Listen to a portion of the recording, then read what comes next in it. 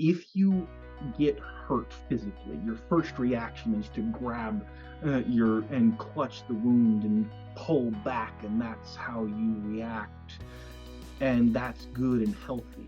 And with emotional wounds, there is, yes, a time when that is needed because sometimes they're just so big you just can't handle them. Um, but with emotional wounds, pain, the more you hold it in, the worse it gets. I talk about the fact that freely that there was times when when you knew me and at junior high, elementary, and whatever, and where oftentimes I'd cry myself to sleep after pondering the question, what kind of party would they throw if I died? I talk about that as freely as I do because, one, I know I'm not the only one who's there. There are so many people on this world who are there and who don't have that.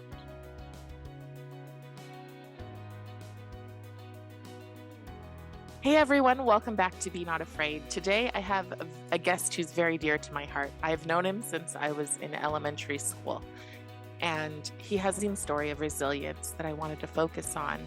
I wanted to give people hope and inspire them and let you know that no matter where you start out, you can achieve great successes if you work really hard at it. So today I have my friend and guest, Joseph Kemper. Hey, Joseph. Hello, everyone, and Carrie. Well, I saw an invitation or... Yeah. Yeah. I, in just 2 days over a month from now, I'll be graduating, getting my degree in business management.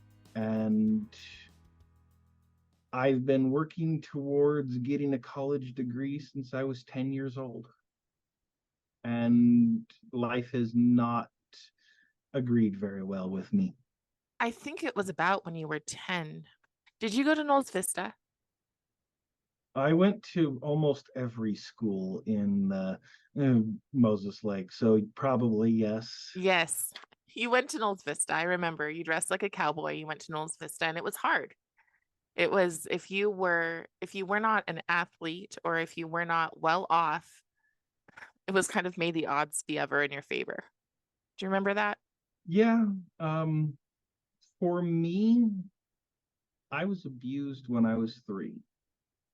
And by the time I got into kindergarten, I was already depressed due to the abuse that I suffered. Everywhere I went, bullies followed. Did not matter. Even as like one of my earliest memories was when my dad was serving in the military in Germany, and it was kids throwing a stick in the back of my bike tire as I was first learning to ride my bike as a kindergartner. Yeah. I remember I remember high school. And I remember you coming into one of our classrooms and you'd been bullied pretty severely. And I just didn't understand that.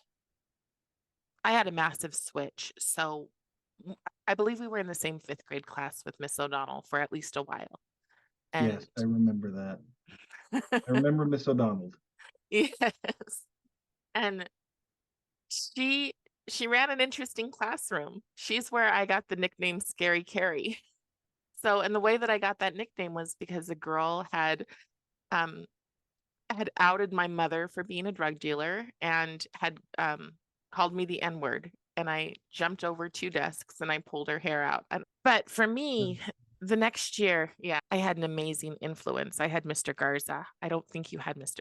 Did you? Actually, I did. You had Mr. Garza too. Yep. Did he have an impact on you? Actually, yes. Yeah. What do you remember about him?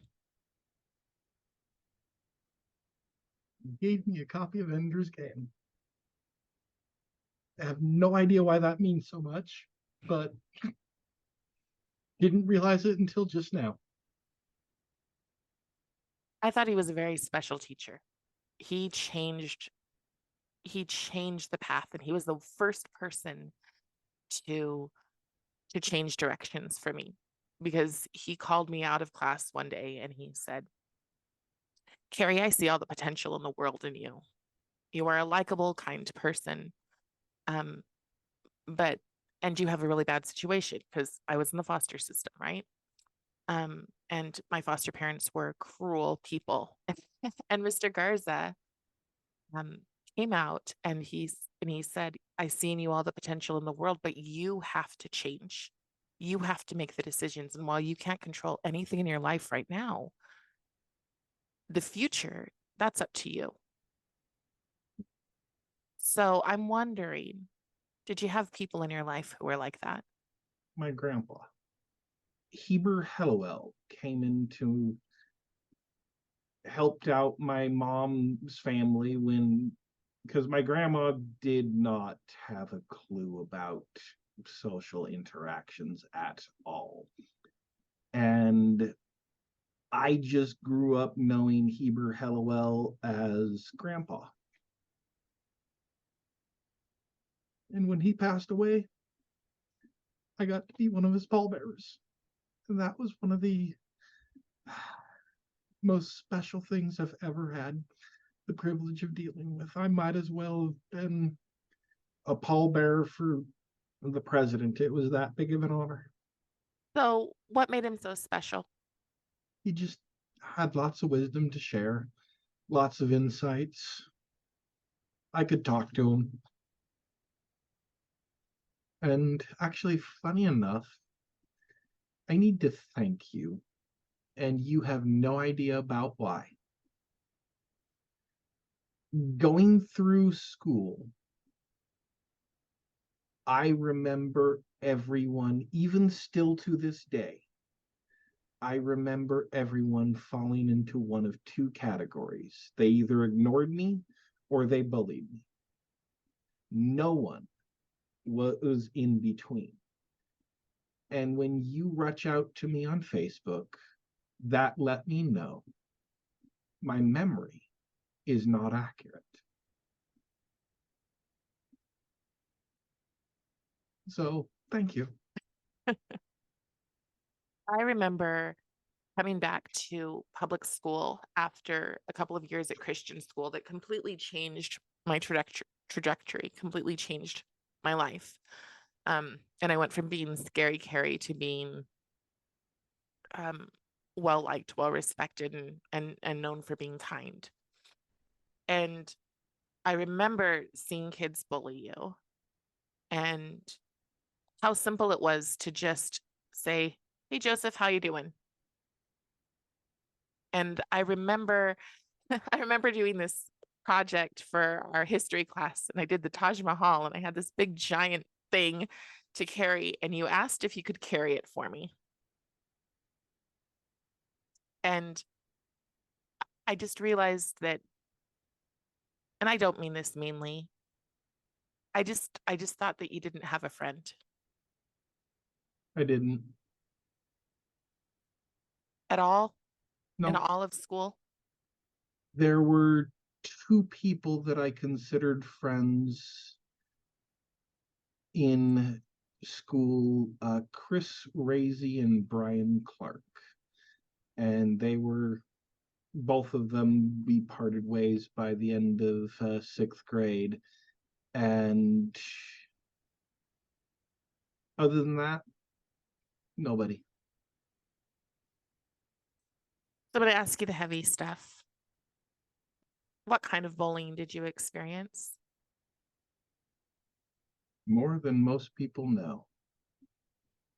Um, I won't mention his name because hopefully he's changed, but there was one young man who was probably the poster child of everything. Um, every year, he would show sheep and some other animal in the county fair, and I would show goats and some other animal.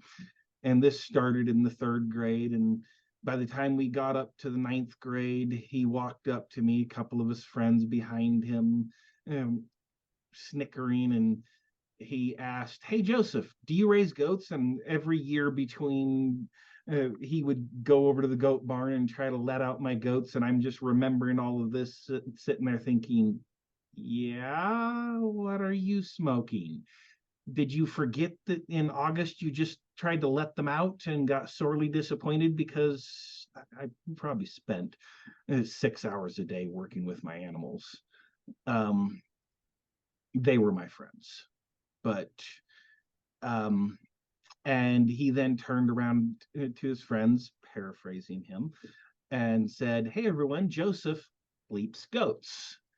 And he spread that so far that by the time my brother got to high school, he started getting bullied over the rumor that his brother was a goat.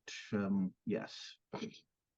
And that was also the only time I remember anyone in my family having a conversation with me about the bullying. And the conversation went basically like as follows: you shouldn't have been talking about wanting to be a goat farmer. You shouldn't have been doing that. You brought this on yourself, and now your brother's being made fun of over it. And I didn't realize it, but yeah, that just at the time that completely destroyed me. The reason I stopped talking about all of my dreams was because of 1,000 things like that I went through, and I didn't have support at home. I didn't have support at school, and I remember oftentimes going to Sunday school and being reminded of some of the taunts and bullies and jives from people who made fun of me in um, the prior week. And So you went to church with the same kids who bullied you? yeah, and not everyone there. A lot of people just seemed to ignore me. I got really good at hiding. I remember in one class in Moses Lake where the teacher called me out in the middle of class and said, "Joseph, when did you get in here?" I'm like, 10 minutes before the class started. I got really quick at getting through hallways. And I just learned to hide because everybody was going to bully me if they noticed me, is what it felt like. I now realize no. I've had people who've heard my story try to say, "Oh, I would have been your friend." And I thought about you and thought, no, you would have tried, but I was too locked up emotionally and you wouldn't have been able to reach me. I appreciate the thought, but you would have failed. I can be pretty thick skulled. So when did the walls start to break down for you? It was actually my mission. The reason I didn't commit suicide as a child was twofold. One, my dog Brownie.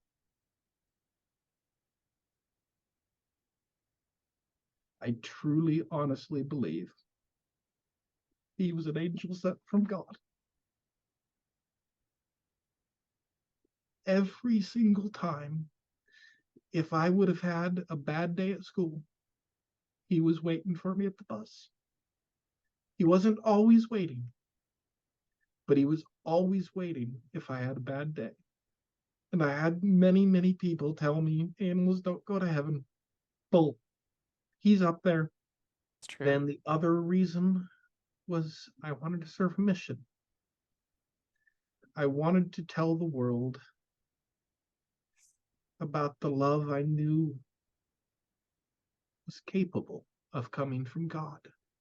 I didn't feel it at the time, but I knew it could come, and I wanted to share it. How did you how did you have a faith, or how did you even understand the concept of love? If, and maybe I'm overstepping here, but it sounds Right. like from your childhood that there wasn't a lot of love in your household. So how then did you reconcile that God could be loving? That's just what made sense. I didn't feel it at the time, but I knew it should be there. I knew it could be there. And so I just pressed forward. And when I got on my mission, every last pain, every last trauma was completely taken away. And I felt what it was like to be normal and whole and complete. And from there, when I got home, it all came back. But I had a roadmap to work my way out. I had a path to follow to gain strength. And there are now 6 people who have directly told me they didn't commit suicide because I was there to relate to them.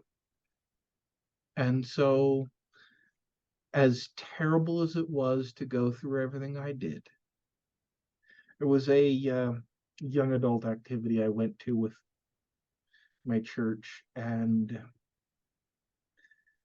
in there they asked a series of questions. Some were lighthearted and carefree, others were deep and spiritual and introspective. And one of the questions that was asked was, if you could go back and change anything, what would you change? And I thought about the bullying. I thought about the abuse that happened when I was 3. I thought about the years and years of emotional neglect and bullying and abuse that happened afterwards. And then I thought about, at the time, the 3 people who had told me they didn't commit suicide. And I also, because at the time I was working at Sam's Club overnight, and I would walk to and from work every day. And it seemed 3, 4, 5 times a month I would run into someone who had a look in their eyes that I recognized all too well from the mirror. And I still remember the first one. They didn't have hope. They didn't have anything. And I knew how they felt. I felt the same way. I just had hope to make it through. I had the hope of Christ blossoming in my heart is the best answer I have to why I made it. And as I went and approached him, I didn't have anything other than, I hope this can get better. And I found wisdom pouring out of my mouth that helped both of us with our problems. And that happened on so many occasions that oftentimes I would know the moment I looked at someone. It's like, okay, I'm not only going to be able to help them, but I'm also going to be able to learn how to help me and through my next roadblock I'm working my way through. So, if you were to write a book, what are the steps that you took in order to build resilience? Or do you feel like that's something that was always just in you? Yes, and it was also something I built. The I don't know what audience we're talking to, but the only way I can do this is to share a scripture unique to my faith. That's totally Um, fine. in a book called Moses, which is a translation, as we believe it, of some of Moses's writings. In Moses chapter 1, verse 39, it reads, God talking to Moses, for behold, this is my work and my glory, to bring to pass the immortality and eternal life of man. And that passage for me, as I've thought about it over the years and decades, has helped me to realize that if God does or does not do something, it is to help bring to pass the immortality and eternal life of man. If God takes an action or if he doesn't do it, if terrible, evil, awful, miserable person number over 9,000 goes and does awful, terrible, miserable thing, and God lets it happen, it is to bring to pass the immortality and eternal life of man.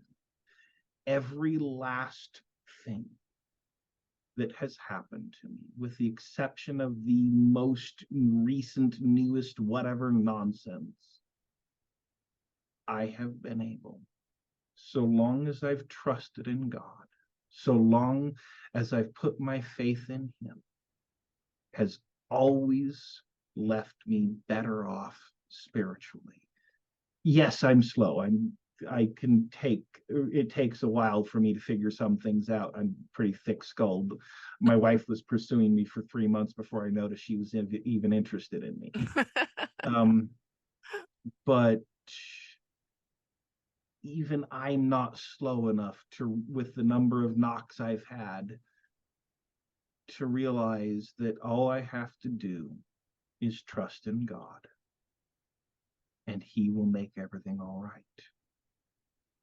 Okay, so you asked what my audience is. My audience ranges. And I really just want to commend you on how respectful you were about it being your religion and not saying that it's everyone's religion, because that's sometimes that becomes an issue, but it was wonderful. Thank you. But I have a question though. Have you ever been angry at God? No. Never. Why? Why would I?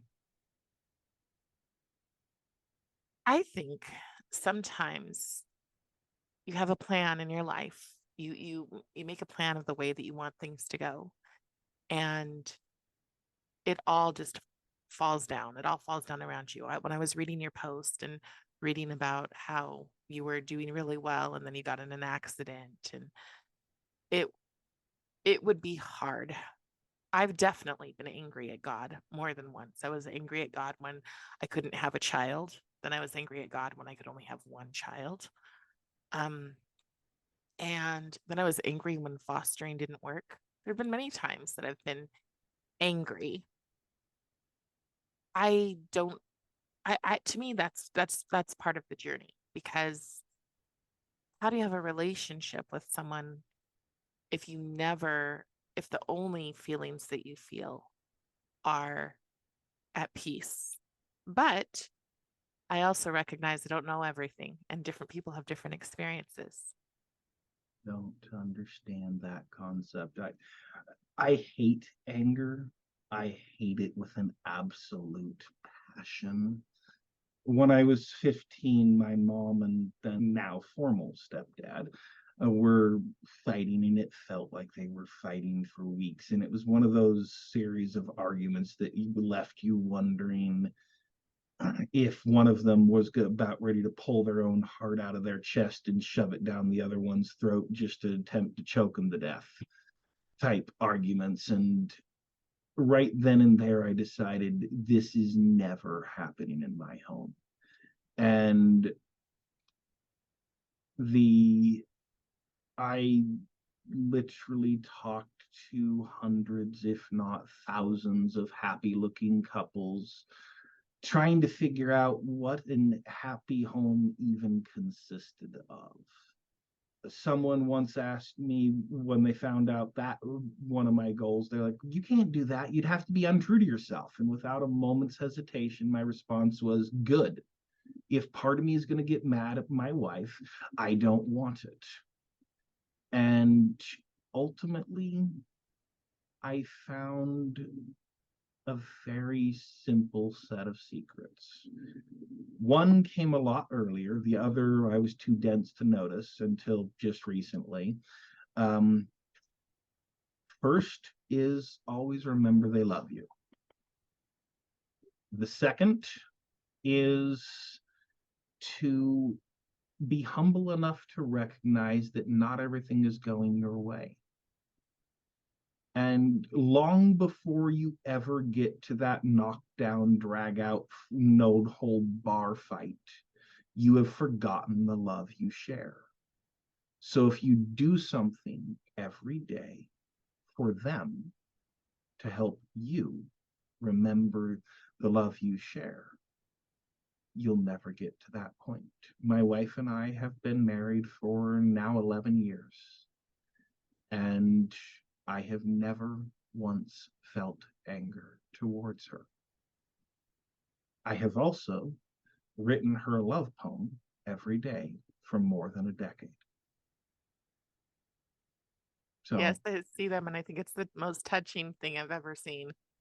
That you write these poems and I often. do it every day as a measuring stick. Because if I have one day where I struggle to write a poem, okay, who cares? That's just gonna happen. But if I have a week or 2 weeks where I'm struggling to write a poem, that means something. I'm doing something wrong. I stop, I reevaluate, I love her a little bit more, and then the poems start flowing easier. So love is more than words. It's it's actions in order to Mhm. make it, last and to be. It seems like it appears that you guys are still in the newlywed phase even after 11 years. So Huh. what actions? So I'm hoping that you can give some steps on how you move forward when, all right, you've never been angry, but discouraged, frustrated, or even have you ever felt let down? Always, constantly. That just life, and that's just like um out. So let's go into a bigger backstory. Okay. Um, After I got home off my mission, I'd been home a few years, and my dad came and talked to me and told me that he was really careful, and he said, you know, I'm not trying to pit you against your mom. Just God really wants you to know this. And he then told me about how he came home one day when I was about 2 or 3 years old, and he didn't remember exactly how old I was, and how my mom came out of the house and cried to him and told him about how she'd abused me. And from there, I had like 6 months to ponder. And for me, I naturally ponder. I've literally written more than 2 million words in my journals.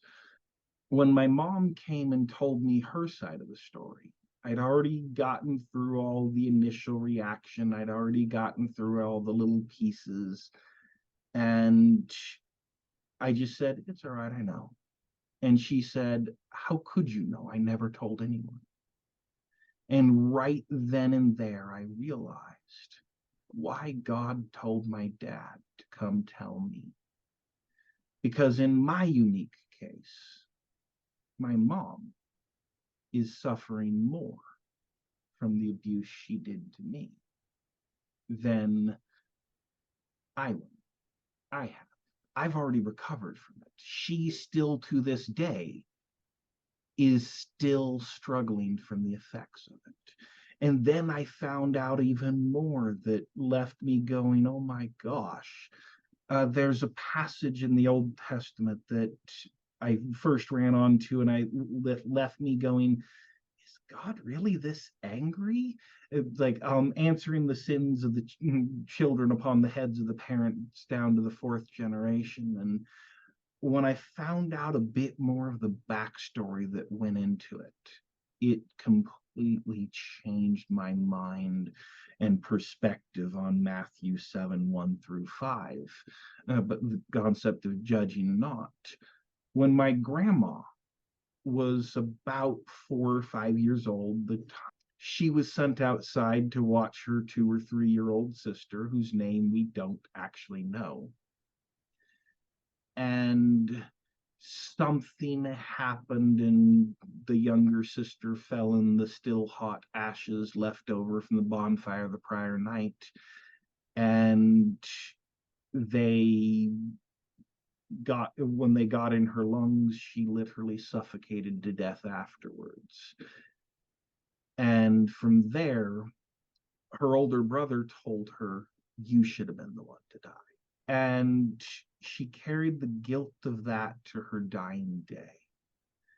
And so when I learned that little piece of insight, I realized that in my life, in my sister's life, in my brother's lives, in the lives of my sister's children, I can still see the effects of that fateful day that happened long before my mom was a twinkle in her mother's eye. And that let me know that things are just incredibly complex.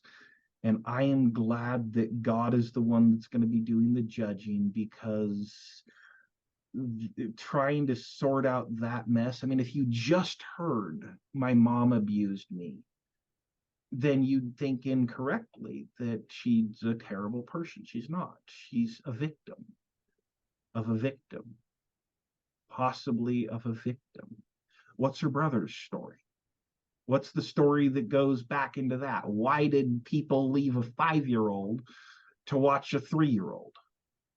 A year or two ago, I was on the edge of suicidal feelings again, and I realized where this was going. I'm like, I got to find something to stop this. I don't want to go back there. I don't want to go back there. And in all reality, because I trusted in God, because I had faith in God, and I chose to believe, I will give you a guarantee at some point in time, probably in the not too distant future, I will run into someone whose struggles I'll now be able to relate to, and I'll be able to give them hope through that. The first time it was blind. The first time it just logically made sense to me. But after enough times of a blind leap, no longer blind. And so, yeah, I've been discouraged, tons. But I trust in God. It also sounds like maybe you compartmentalize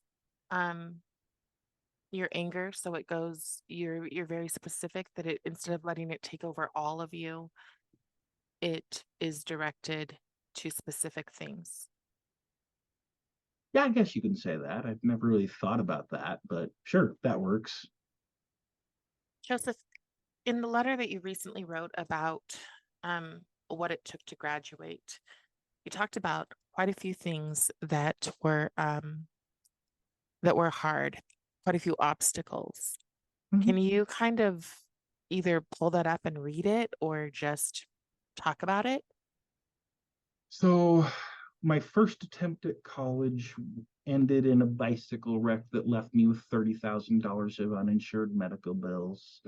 And while most of the bills were written off by the Catholic charity that ran the hospital I went to, it still took me a year to get back to where I could do little things like breathe and not have my back be thrown out of place, and even longer to recover financially. And then my second attempt ended in the 2008 recession, where I ended up with 6 months of unemployment and didn't get my degree. Then my third attempt, I ended in a fever of 104.5, How did I the unemployment, I just want to, how did the unemployment phase affect you when you were uh trying so hard?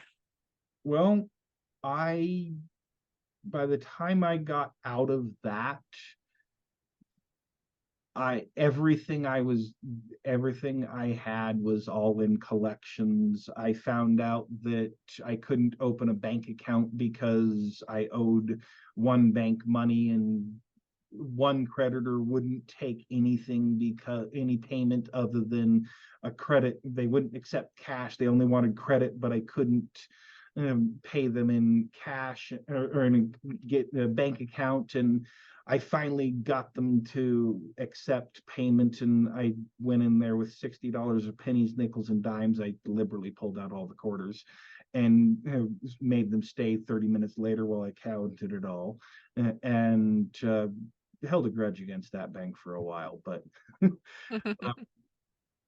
and for years afterwards, it was just a nightmarish mess where like creditor after creditor. I got to the point where I stopped caring about making sure this was my bill. And it's like, fine, how much do I owe you? Okay, let me find out how to get it paid. And it was literally just that messy. And I'm now in the almost either high 700s, low 800s for credit scores. It's Nice taken job. years to build back up, but Mhm. yeah. And so that was my second attempt. My third attempt at college ended in a fever of 104.5. I literally would wake up just long enough to briefly write in my journal, write Deanna Love poem, and go back to bed. And generally it was, I just write her a love poem and then I go back and put that in the journal and go back to bed. And I think I lost 50 pounds in that week because I didn't eat that week. And it took me a year to get back to where I would feel normal again. My fourth attempt, which is my current one, and thankfully, even if I completely fail my current class, I will still get my degree. I just won't get my last certificate that I want. And so I have my degree. I just haven't walked down the aisle and qualified for it. And so I've lost multiple jobs. My wife got epilepsy. I ended up getting diagnosed with diabetes. I found that out because suddenly one day at work, my vision just completely wigged out, and even trying to see a wall 5 foot in front of me was fuzzy. And I'm just like, what the? That was in June of 2021. And by the time uh, February of 2022 came around, I had gotten down to A1C of 5.2 and became one of two people my doctor had ever met to completely reverse diabetes. Wow. But I fought as hard as I did because I don't want to lose sight of my angel queen's eyes. I don't want to lose sight of her smile.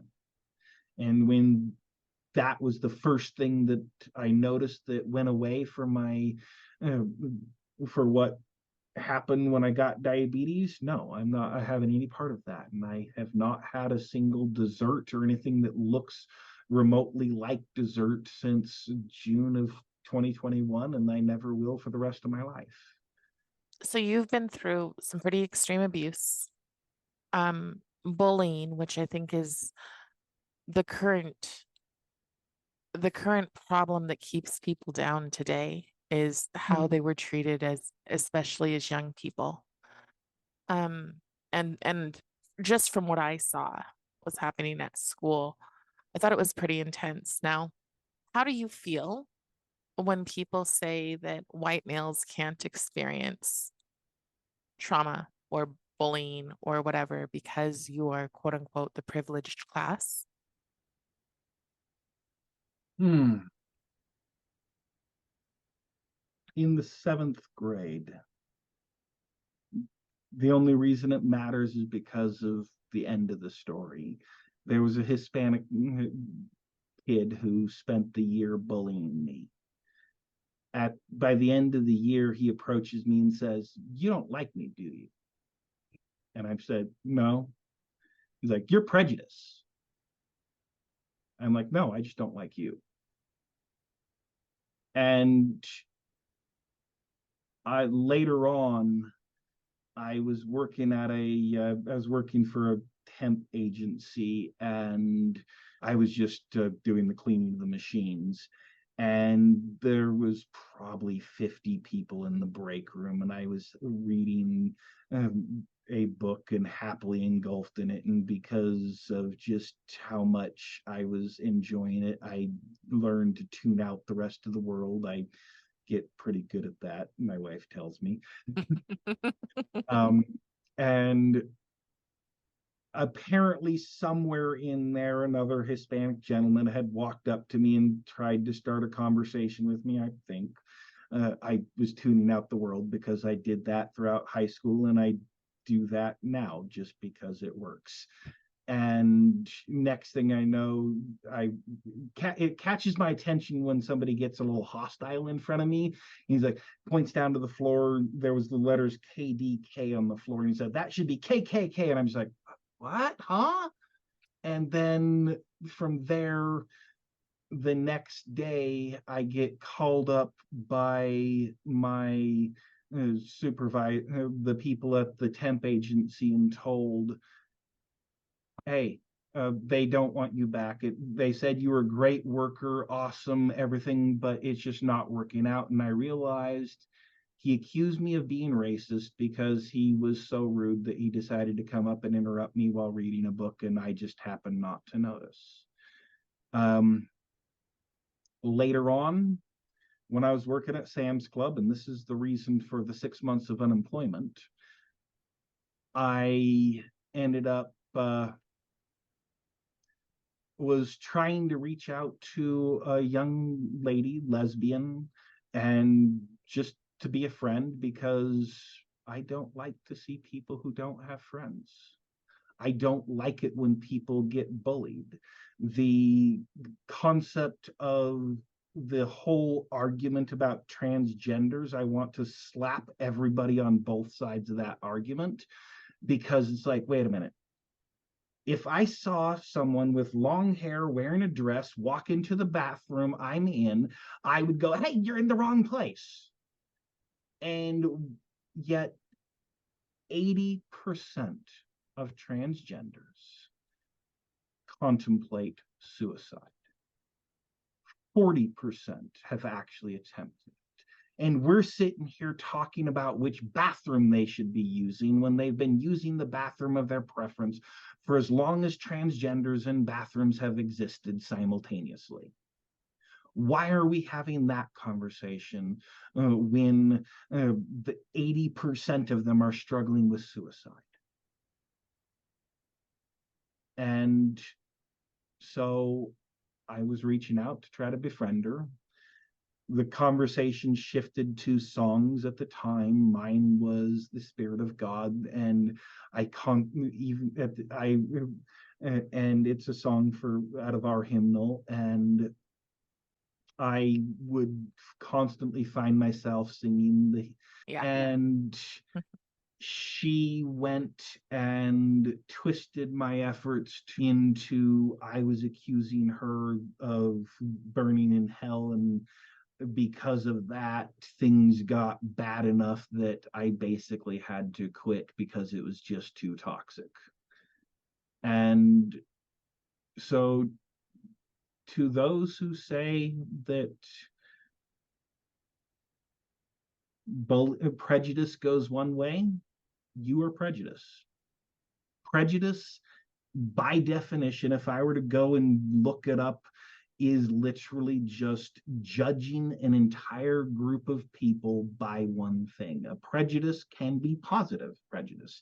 I can think, oh, all of blah, blah, blah are great people. That is a prejudice. I can say all of blah blah blah people are terrible, and that too is a prejudice. A prejudice does not is not a case of by race, creed, color. It does not matter if you if you judge a whole group of people by a limited interaction. And by limited, I mean if you haven't literally had an interaction with every single last one of them, then that is prejudice. I have two more questions. The first one is related to this, and that is today, it seems that so many people who have been through, I don't have another word for it, hell, in schools, who have been bullied, they've lost their sense of resilience. They expect the world to open up and to make it easy. Do you think that would have benefited you back in the day? No,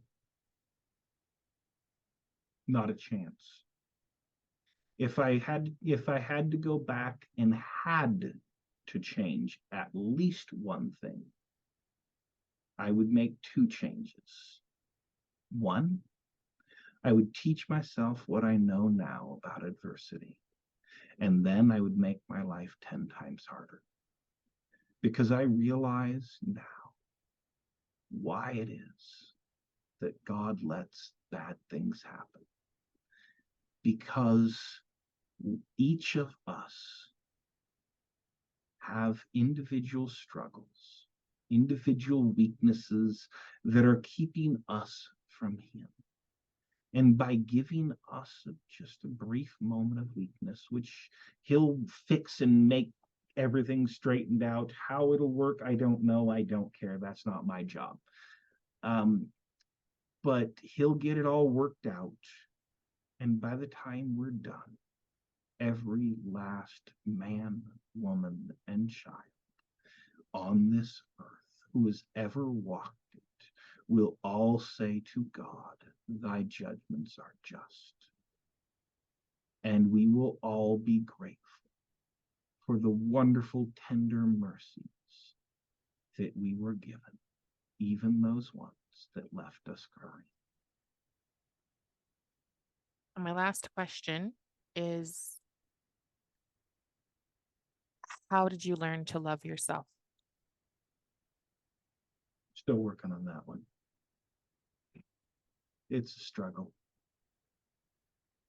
I literally just realized that, like, the the phrase, love thy neighbor as thyself. I first ran into that in high school, and it took me off guard. It's like, wait a minute, how can I love me? And like just literally yesterday, I follow a podcast for a self-improvement guru that works for me, and one of the things I love about him is he actually directly said that he doesn't think anything new has come in the self-improvement industry since Christ, and an argument can be made since Adam. And it's more just a matter of who says it in a way that means best, jives best with you. And I believe that. And he works for me, so I follow him. And one of the things he does is a doorway trigger. If he walks through a doorway, then he says something to himself to get his mind in the right mindset. And I realized for me that I'd overcome that one, the first one mostly. I still struggled with viewing myself as a weak, scrawny seventh grader who everyone bullied. Connected with all the bullying, I still have struggles with beliefs about my capability, my intelligence, and so I decided I'm going to do my own doorway trigger. If I walk through a doorway, I'm going to say to myself, I am a strong, and brilliantly capable child of God who has much to offer this world. And I will probably say that to myself 100 times a day now, but I need it because I'm kind of slow like that. Joseph, it has been an absolute pleasure. And I am so beyond delighted to read that you will be graduating. 23 years. That's how long it has taken you to work on this. And people will say that, as soon as something doesn't work out for them, they should just give up, move on, do something different.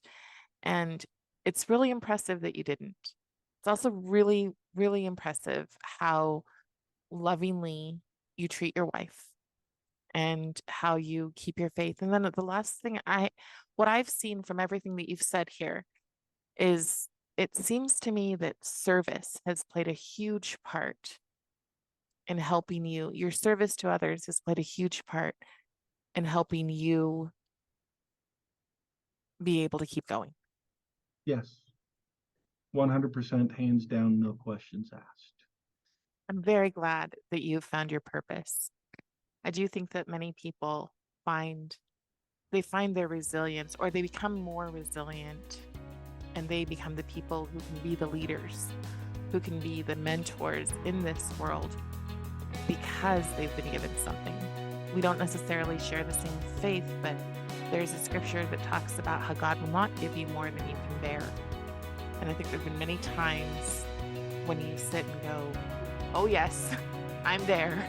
There's not a second more that I can bear. But when you keep going, when you go through the next day, when you don't take the pills that night, when you don't drive your car off a bridge, or all of the other things that do go through our heads, and you go through the next day, there's almost always instantly a very clear reason of why you are here and why you matter. So if you've been bullied, whether that's today and you're a young person who stumbled across this, or whether that is a person who's in their 40s or 50s or 60s, and you've been through really, really hard things and you don't understand why, and it's really, really unfair, realize that if you just keep going, if you put one step in front of the other, and yes, if you trust in something higher than you will be able to see your purpose. Joseph, thank you so much for taking the time to talk to me. I really appreciate it. No problem. You take care and have a wonderful day. You too. Bye-bye. Bye.